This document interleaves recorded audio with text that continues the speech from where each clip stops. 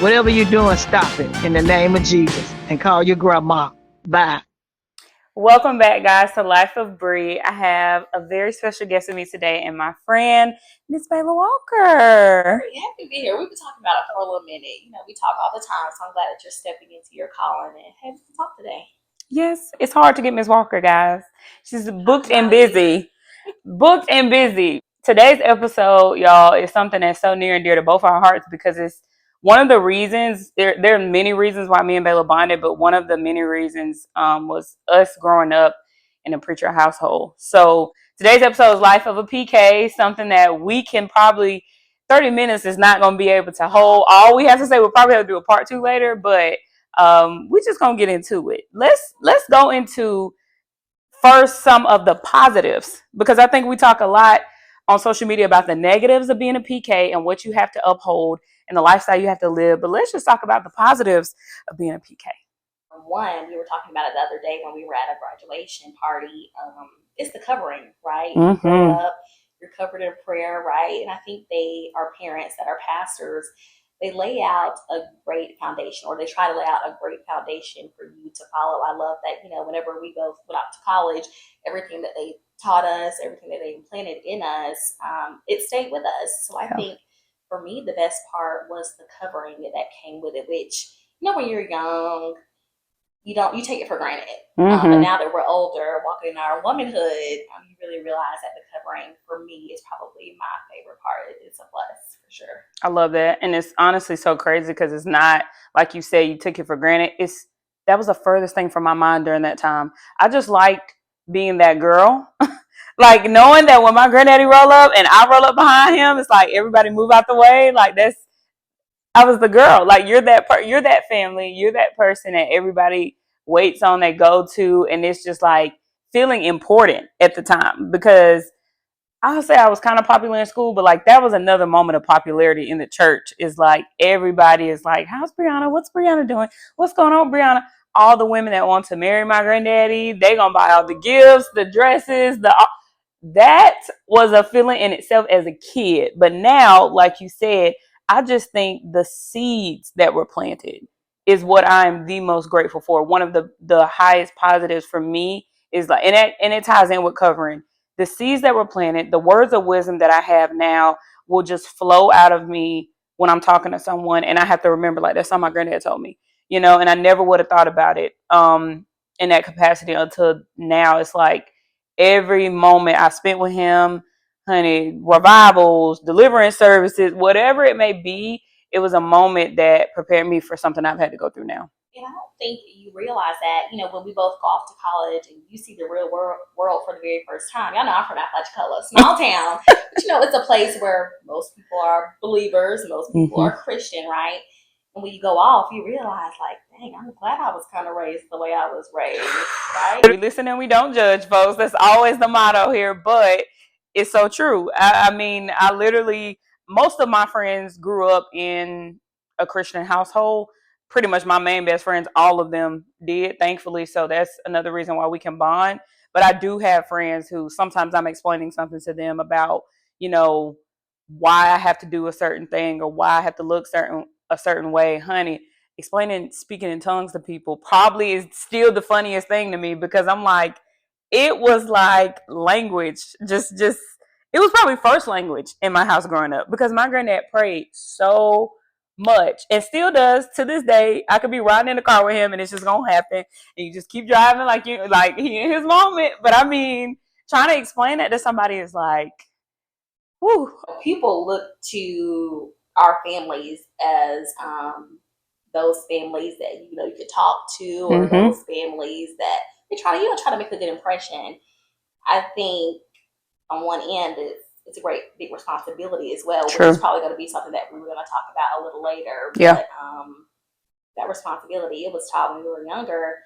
When you go out of this house, you represent not only yourself, but me, your dad, yes, and really the church. I mean, my parents weren't the type that was like, you have to be perfect. My dad will tell you right now that he's not perfect at all, and he'll tell you about his testimony. I mean, go listen to my dad if you need to.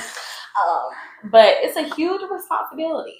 When some kids in the church probably saw it and admired my life, even though, like I said, I like the popularity, I like being like his kid, there is the standard that you have to uphold that is not easy. Because I remember just being in church one time, and we were at a visiting church. I'm on the left side in some pews, some kids on the right side. When praise and worship is going on, they're like fake shouting, just falling on the floor, picking each other up. And I was laughing, like laughing. And I looked at my granddad up in there, and I'm like, can I go over there? Because they were having so much fun. He gave me this look like, and had a switch in his hand while he's preaching. He's looking at me like, you can't. Like that, because we don't play like that. And it was, again, no judgment to them, because if they're newer in Christ, and again, like by the time my granddaddy had me, I mean, he was late 40s going into 50s. So he was well mature in Christian walk and everything, in his journey with Christ. And so there are some things that by the time he got to me, he had already raised his 3 kids. When he came to me, it was like, yeah, we're not going to do this. I'll tell this story real quick, and Uncle David might get mad at me, but literally when they were growing up, when he first got his own church, he had a person from the church. He had a distinctive car, and Uncle David would probably say they follow him. I don't know the story, but the lady saw his car parked in the alley, and he was, booed up. And that right there, immediate phone call. What is your son in here doing? It's late. He needs to be home.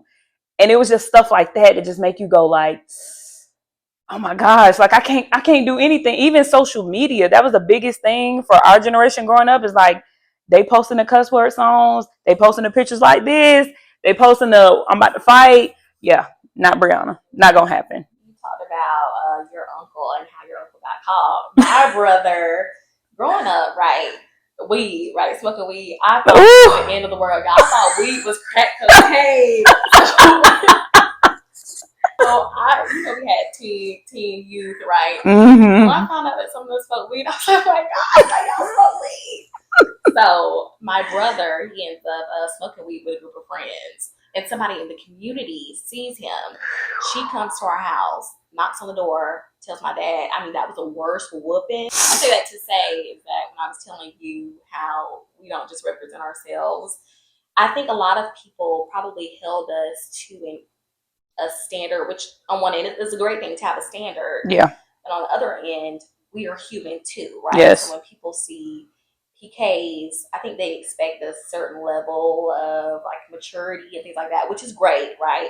But on the other end, like we're just kids too, right? And same thing for pastors. Like pastors are literally human. They're too. humans, yes. So I would say that's one of the negatives, right? I was able to live my life, but I was always, I think, afraid of getting in trouble or getting caught doing something, because it would not only make me look bad, but make my family look bad. Yeah. I didn't want anybody to think that my mom and dad were getting up on the pulpit on Sunday, trying to teach people how to, walk and live their lives, but then not teaching their kids the same thing. Man. So I also kind of had that on my shoulders as well.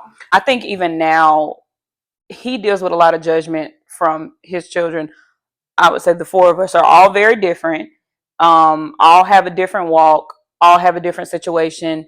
My uncle, the youngest, is very vocal if he doesn't agree with something my granddad preaches, and they discuss it, and they may butt heads about it. But I love how transparent my granddad can be, to not say, "Don't ever talk to me anymore because you don't want to do this, you don't want to believe this," or saying, "Well, my mom." All of us are just so. There may be something where I typically maybe like, "Pops, this the route I'm gonna take," because even though I know he speaks to me and he speaks directly from God when he imparts something in my life, there are sometimes I'm like, I don't know, like I may have to make a decision where I'm kind of like, it may contradict what you believe, but also having my own relationship with God, there are things that I know and I feel from him. And one thing you were mentioning too about responsibility, the pressure sometimes that I think we get years later, I still feel this way to uphold my lifestyle, not just for his church, but for him. To me, it's a bigger pressure to me to be perfect for my dad than even the people in the church. Like I care, but I don't care what they think of me. But it's like, I don't want him to ever feel like all the seeds he planted in my life, all the tarrying he did on my behalf, goes to waste if I make a mistake. Do you ever get those moments when you're like, I'm going to turn out like something he didn't expect.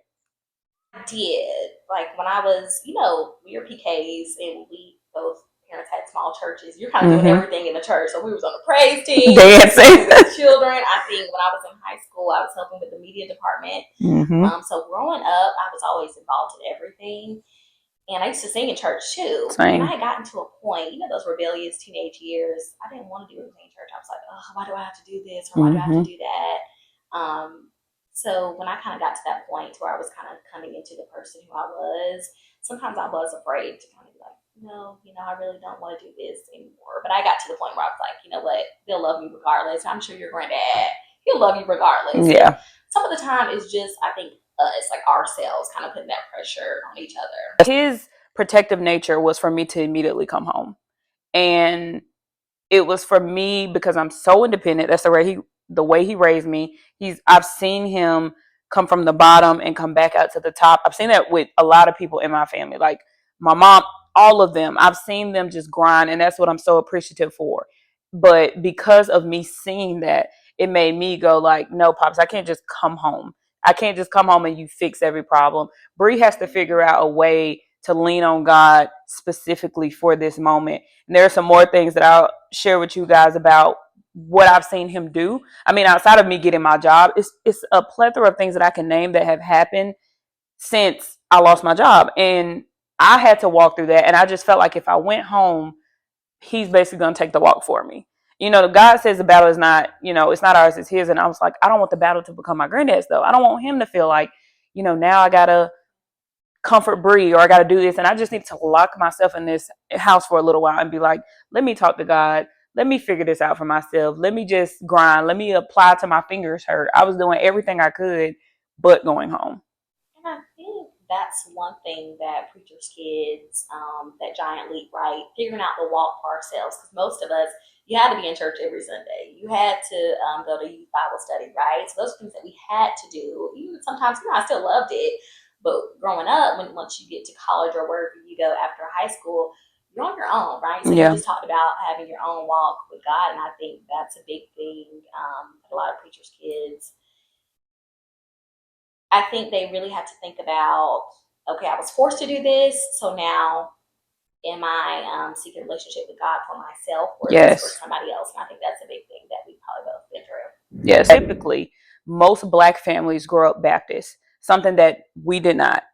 And that's a whole other conversation when you get to discussing Christianity, because your service does not look like mine. I mean, I'm not Poppy gonna fuss later, but our services were just as long. Like we still were in there a couple hours now. He didn't shorten down in his older days, but our services were long. But even how I mentioned speaking in tongues, the way I used to be scared for my friends to come over because I was like, oh, he's going to do it and they're going to ask me what's wrong and what he's doing.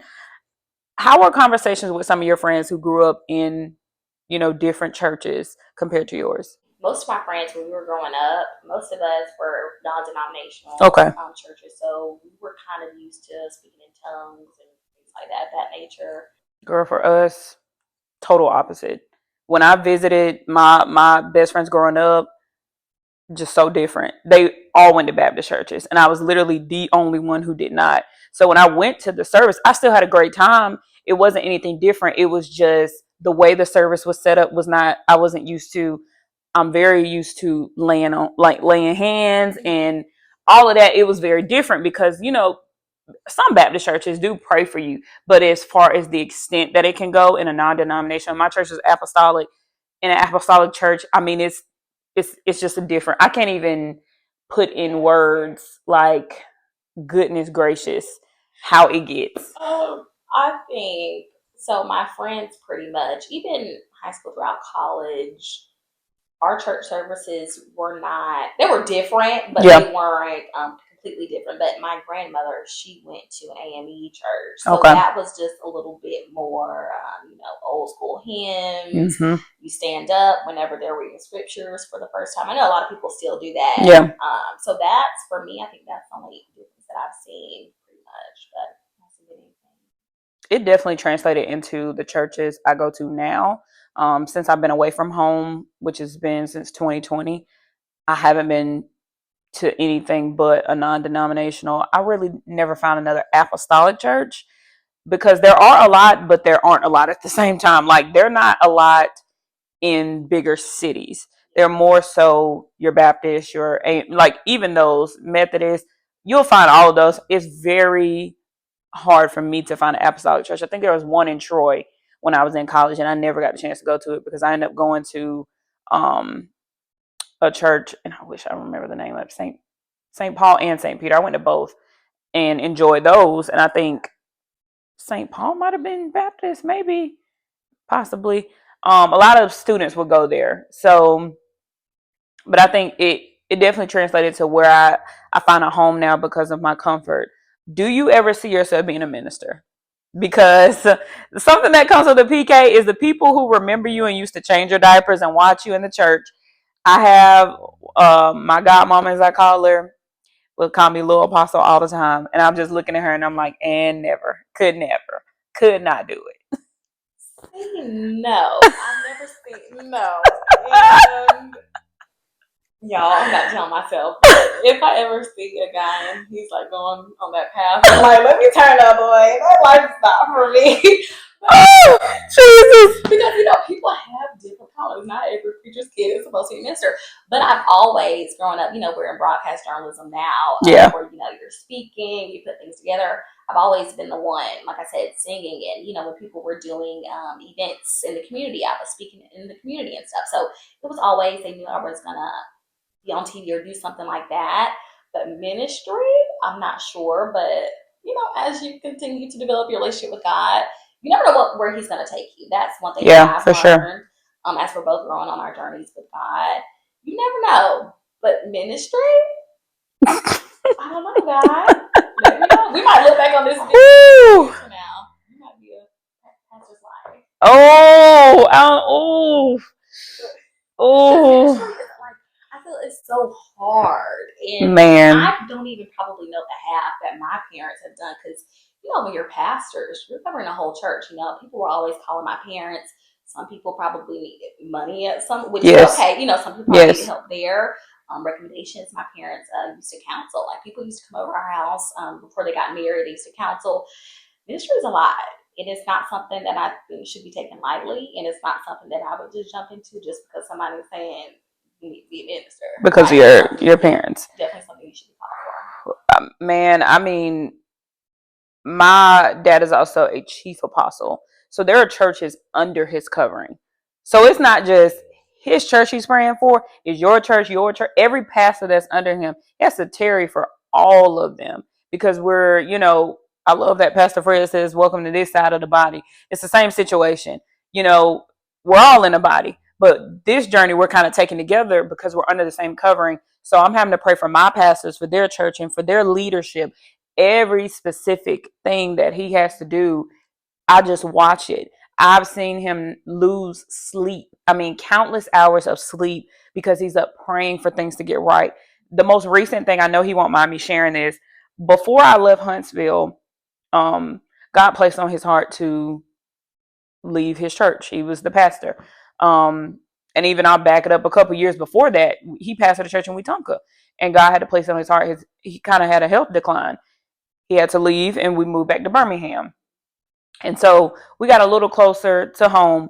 Well, years later, we're here in 2020, because before I moved to Huntsville, God places on his heart, it's time for you to stop. And I started seeing the change. I started seeing his energy drop. And so to me, it was like, yeah, this isn't a bad decision. Like, I make him laugh all the time, because I talk about the pastor that I remember in the 90s and early 2000s, how cutthroat he was about God. Like, don't play with me. Don't get up here. He gonna sit you down. And he would still do it.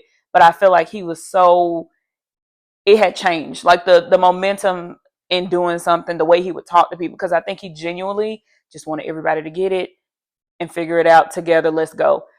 Back then, it was like, I don't have time for you to figure it out. If you don't want this with God, bye. Like, he was that, and he just had more patience, I'll say. So, he sits down for a couple years. Ironically, he gets the church back, I want to say last year. And he comes back with this ball of energy. and he's just a different pastor. He's preaching differently, and I could see how he lights up and how he's so happy to do it again. But I think about that when I think about going into ministry, how hard it is. That's his baby. He had to trust someone else to take over this church for this amount of time, which literally ended up being 4 years. And he was still like technically over it, but he just didn't pastor anymore. So he would pop in and out. But I think about having to have the courage to say to the congregation, right now, I'm not your best choice. Or we talk about pastors that sin because they are human. We all sin and fall short. Pastors who have to stand before the congregation and say, hey, right now is not it for me. I think that is something that I'm like, Lord, if that is my calling, prepare me for those moments. Those are scary moments that I feel like I've never seen my dad cry, but if I ever thought he cried, it may have been then. That's the baby that he built from the ground up since 97, I believe, maybe before that, honestly, because I remember I was born or a baby. Maybe from 97 to 2020, you had to say, this ain't it right now, I can imagine that part. We talk about like seasons changing, right? And one thing that I wish people would give preachers' kids more of is like grace, right? Yes. Grace. When 2020 hit COVID, a lot of churches, my parents' church, it transferred to online. Yeah. Right? So I think a lot of churches after that, even my parents' church, had to kind of get back into, okay, we're not online anymore, trying to get back. It's okay for seasons to change. Like, for example, I know my parents want to go out in the community more, right? And not the traditional sense of being in the pulpit every Sunday. And I think that's okay. Not saying when they would do it or something like that. It's just an idea that they had just thought about and talked about. I think people need to be okay with seasons changing. For sure. So, hey, if it ever comes my season for me to be in this. How fast is it before you tell a person you're a PK? It's so funny because some of my friends, my closest friend Kyra, we were talking the other day, and she didn't know I was a preacher's daughter. I only say it if it comes up in conversation. I'm never like, oh yeah, I'm a PK. Like, I literally was at church, and I think my parents came to church here, and Pastor Brett was like, oh, you didn't tell me your parents were preachers. I was like, I don't say it unless it comes up. We were probably talking, and when you probably told me your dad was a preacher, I was like, oh yeah, mine was too. And it's not that I'm ashamed of it at all. I just don't go around saying it, but I know sometimes when you say it, especially like when you're dating or in that world, they're like, oh, preacher's daughter's the worst. We're the naughty girls. That is the reputation. But I think it goes back to the expectations that people put on us. And we become rebellious. Yeah, and as soon as we mess up or do something out of the ordinary, it's preachers are the worst because they should not be doing this, or they should be held to a higher standard. Which now I'm thankful for that high standard that we're placed in. But yeah, I'll talk about it for sure. I'll lead with it. I'm not even gonna lie to y'all. Everybody knows that about me. I'm so just. Let me go ahead and tell you this, and I think I want to get to the point I don't, but I think I do because I don't want people's expectations of me to be a certain way, and I let them down. There are certain things that I just flat out will not do, or if I fuss at my friends about certain things, I want you to know where it's coming from. It's not just because I am considered the mom out the group. And typically while I say something, I'm always like, yeah, that's just my granddad coming out of me.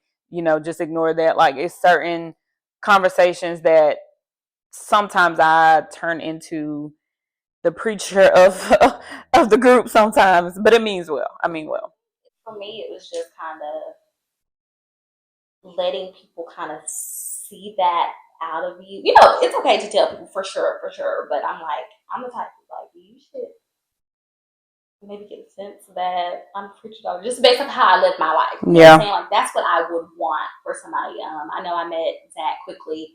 He used to work at the station, and I walked in the studio one day, and he was like, "Baby, are you a Christian?" I was really about to say, "Yeah, why?"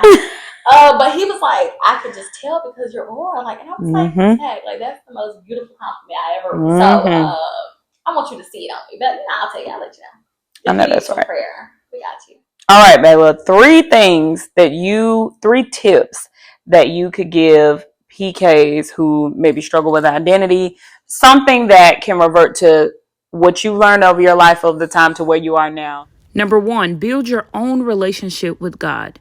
Number 2, is having grace for your parents and remembering that they are human too. And number 3, sprout. No matter how far you stray away, remember the seeds that were planted will always sprout and grow inside you. Thanks so much for tuning in to episode 2. We'll see you next week.